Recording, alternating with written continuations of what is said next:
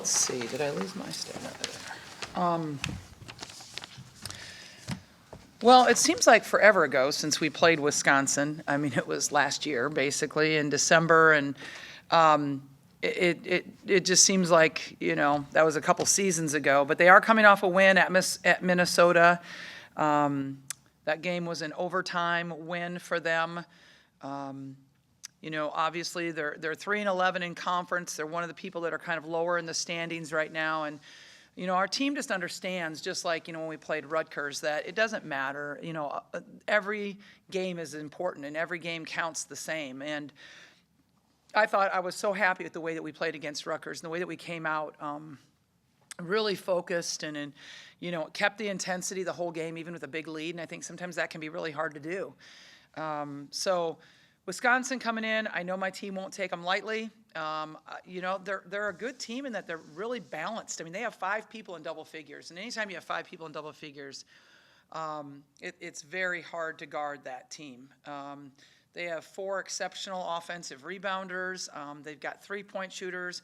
One of the better freshmen in the league, in Sarah Williams, at the center position. Now, she did get hurt at the 6-minute mark in the fourth quarter of the Minnesota game, did not come back in that victory. So I don't know what her status will be for the game.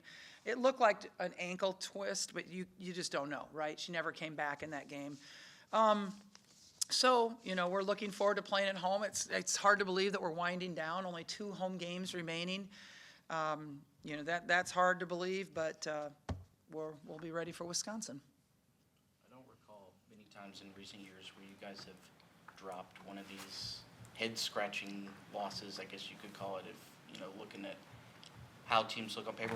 What have you found successful over the years in hammering home that point that, every game needs to be treated the same? Yeah, and I think they're smart and they understand that, like one bad loss takes you out of the picture, so you just don't want to have any of those bad losses. And I don't think we've had a bad loss yet this year. You go back and you think 1 point at Kansas State, it was early, it was 1 point, it was on the road. So I don't think we've had a bad loss, and we want to keep it that way. You haven't just beat the lower level teams, you've beat them bad. I mean, you talk about the intensity and all that. How have you been able to maintain that and just, kind of put the foot on the throat or whatever you want to say? Yeah, I think that our bench, I think we outscored Rutgers 61-9 from bench. And I mean, those guys get the opportunity to play. They want to play. They want to show what they're capable of doing. And, I really enjoyed watching on film and seeing, the reaction of our starters on the bench and how much fun they were having in kind of, rejoicing in their teammates' success out there. So that was kind of fun for them. But I think we have some good kids coming off the bench, and they want to, obviously, that's their time. And so I think it's fun that they get to have that opportunity. After this game tomorrow, you get Nebraska, Maryland, Indiana, and then it's postseason play.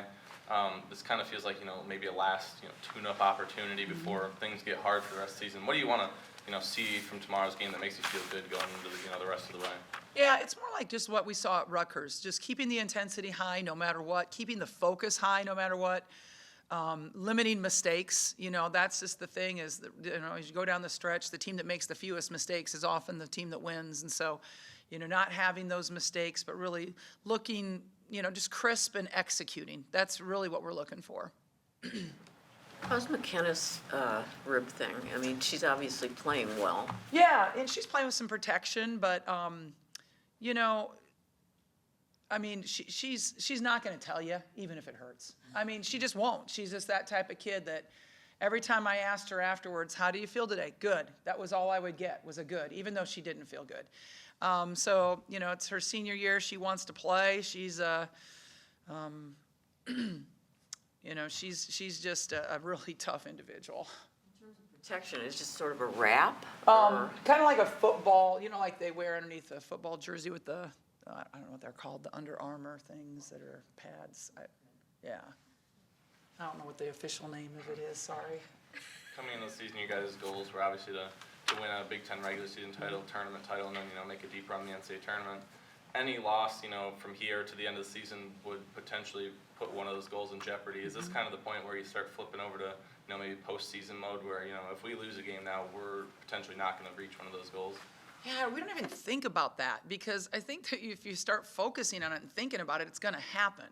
So we're taking we're focusing on the opportunity that we have. Like, man, if we win out, we could be, co-champs or whatever, So, I mean, that's kind of where our focus is. It's not like, oh, pressure on. It's more like this is an unbelievable opportunity. They're pretty good? Thanks, you guys. Oh, one other thing, I don't know, I just want to congratulate Caitlin being, again, on the Dawn Staley watch list for best point guard. She's won it the last 2 years in a row, so let's make it a three-peat. How do you keep track of all those? All that stuff? That guy. How do you keep track? Part of the job. Okay. I like her chances. I do like her chances as